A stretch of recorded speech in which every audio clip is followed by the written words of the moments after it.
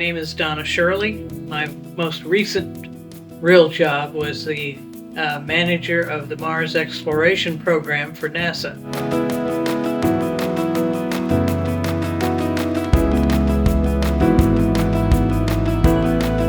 No, I started when I was 10 years old. I was always interested in airplanes, always interested in flying.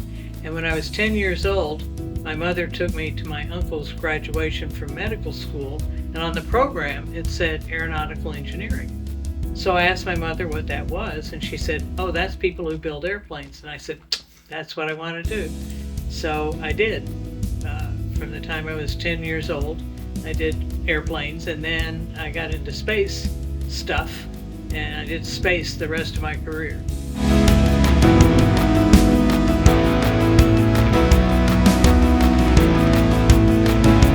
Well, it was kind of disappointing when you go in, you're a freshman, you're 17 years old, you walk into your advisor's office, and he says, "What are you doing here?" And I said, "I'm here to enroll in aeronautical engineering." And he said, "Girls can't be engineers." And I said, "Yes, I can." And so I did. But I was always the only girl in the classes, and I was always the only girl in the events, the things that, like we built a ground effects machine as our senior project, and it had an engine in the middle and a propeller, and the propeller would go and it would rise up off the ground, and I had to fly it because I was the lightest person in the school. In those days I was much lighter than I am today, and so I would sit on top of it when it flew, and it would go and get off the ground and fly a little bit. There's a helicopter like that on Mars right now. It's called Insight, and it weighs 4 pounds on Earth, and it weighs 1.5 pounds on Mars, and it can get up and fly, and it works great. It's flown 50 times or something like that. It's really tiny, and the atmosphere on Mars is very thin. So in order to make it fly, the rotors have to spin very, very, very fast. But it's got 2 sets of rotors, and they go like this, and they just go like mad. They go then back down. It's really impressive.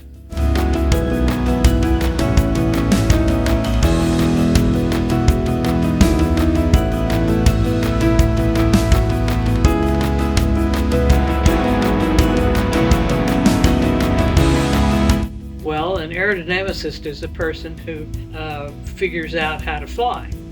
And in the project that I worked on when I first got to JPL was how to land on Mars. And the atmosphere is so thin that you have to go in with this blunt body, and it goes in very, very, very fast and heats up a lot. And the question was, how blunt do you make it? Do you make it narrow or wide or flat, or how you make it? And so there was a lot of work to analyze what was the right shape to land on Mars. And one of the things we did was we went to Langley Research Center in Virginia, and they have a wind tunnel. So we flew these shapes in the wind tunnel, and then we took pictures, and then one by one in the film we looked at the picture and say, how's it doing? Is it going to fall over? Is it so we spent a lot of time doing that, and then a lot of time doing mathematical analysis and stuff. And in fact, all of the missions that land on Mars today have that shape, the one that we fixed.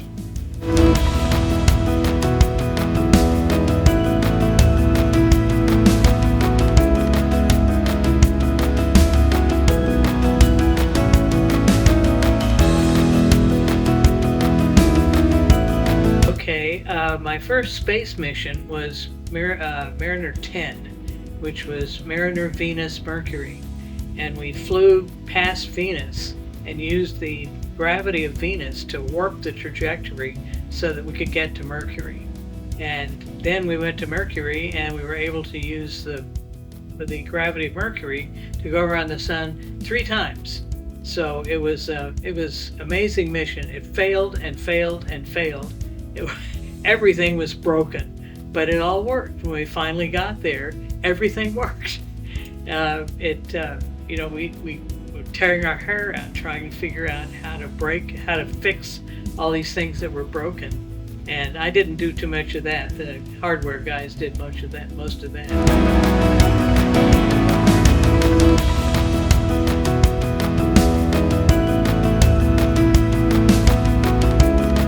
Well, when I was in charge of robotics at JPL, and I didn't know anything about robotics, but the people who knew something about robotics didn't want to be the managers. So I said, okay, I'll be the manager and interact with NASA headquarters and do all that boring stuff and let these guys figure out how to design these rovers. And so one of the things we did was in order to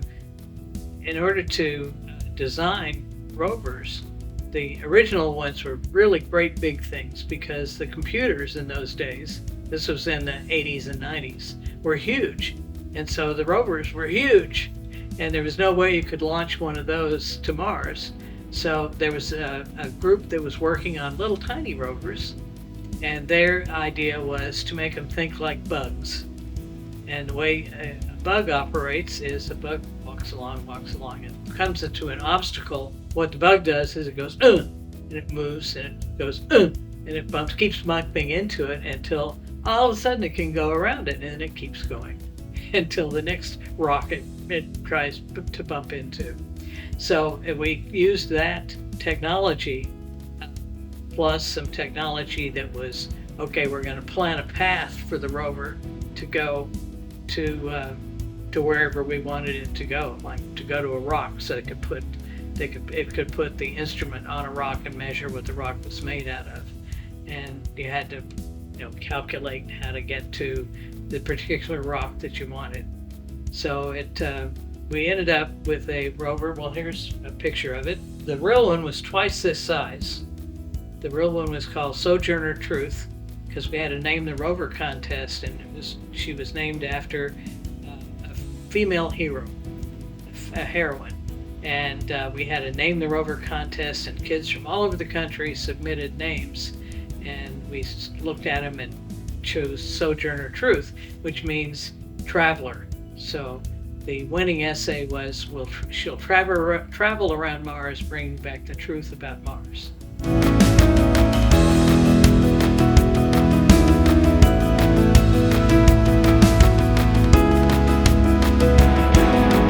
My training as a technical writer helped a lot, and it was I'm just sort of the person who talks to people, so I didn't have any problem.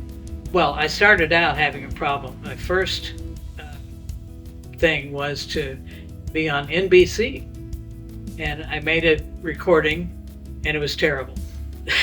So I did it again, and it was still terrible. And they said, "This is it. One more time, and you're out of here." So I did it one more time, and it was good enough that I was able to be on NBC, just my voice. So after that, I practiced and got more relaxed about it, and it worked out very well.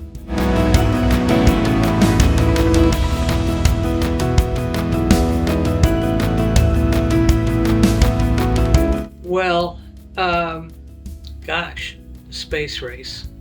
Well, I wasn't involved with human missions at all. JPL does robotic missions. And so we started out, before I was at JPL, doing moon missions.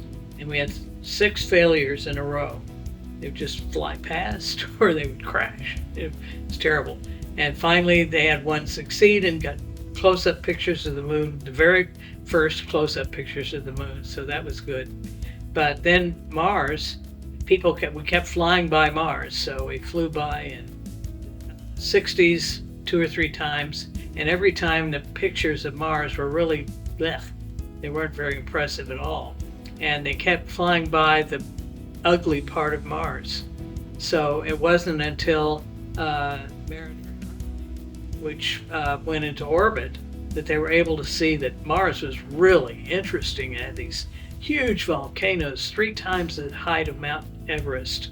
It had Grand Canyon size, bigger than Grand Canyon size canyons, and it was really exciting stuff. And then Viking in 1976, JPL designed the orbiters, and Langley and one of their contractors designed the landers. So, and then the landers didn't find any signs of life. So everybody decided, Mars is boring. But then finally, with Pathfinder, it was just supposed to be a technology demonstration to prove that we could actually land on Mars for $150 million, which sounds like a lot of money, but it was the price of a major motion picture at the time. And so Pathfinder was going to just demonstrate that parachutes and airbags and so on, you could land. And so I sold the idea of demonstrating that we could have a little rover land on Mars and run around. And it was not very popular with the project manager because it was just one more problem he had to deal with. But we finally agreed that we were going to have the rover. So the rover is twice the size of this rover, and but it's not very big, about the size of a microwave oven. But we landed, and off the rover went down the ramps and lasted for 83 sols, which is a Martian day. But the rover was so small, the rover couldn't communicate directly to Earth because the radios were little bitty things. So the rover would talk to the lander, and the lander would communicate with Earth. Well, the lander died, and then the rover couldn't communicate with Earth anymore. So the rover spent the rest of her life going, hello, going around the lander, going, hello. And, we never recovered. And we've taken pictures now. They've taken pictures from orbit, and they can actually see the lander, but they've never been able to see the rover because it's so small. So it's there somewhere. We just don't know where.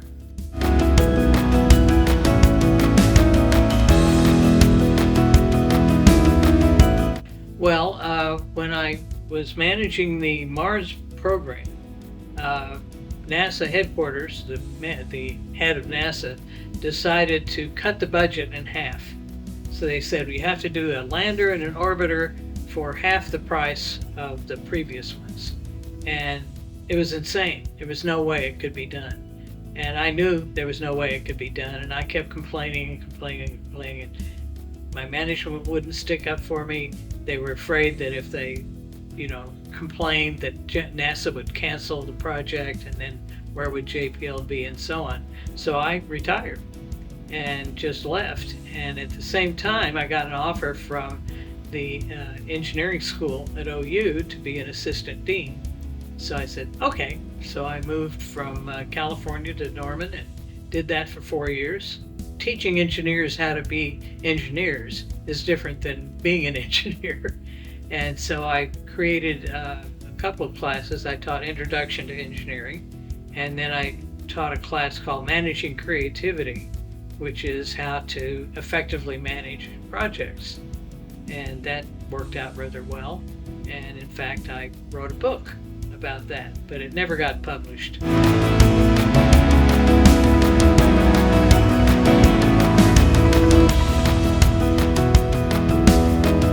Well, you have to take math, you have to take science, you have to take engineering, like Introduction to Engineering is a normal first class.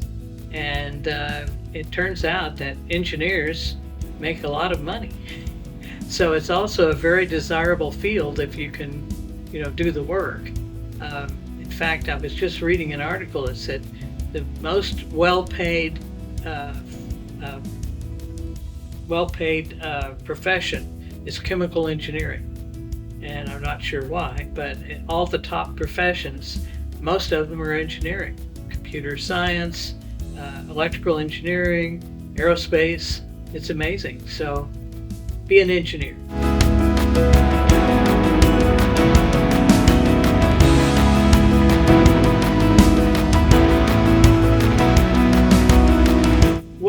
there's a lot of more opportunities for women in engineering and in science. In fact, the director of the Jet Propulsion Laboratory is now a woman. I mean, that would be unheard of.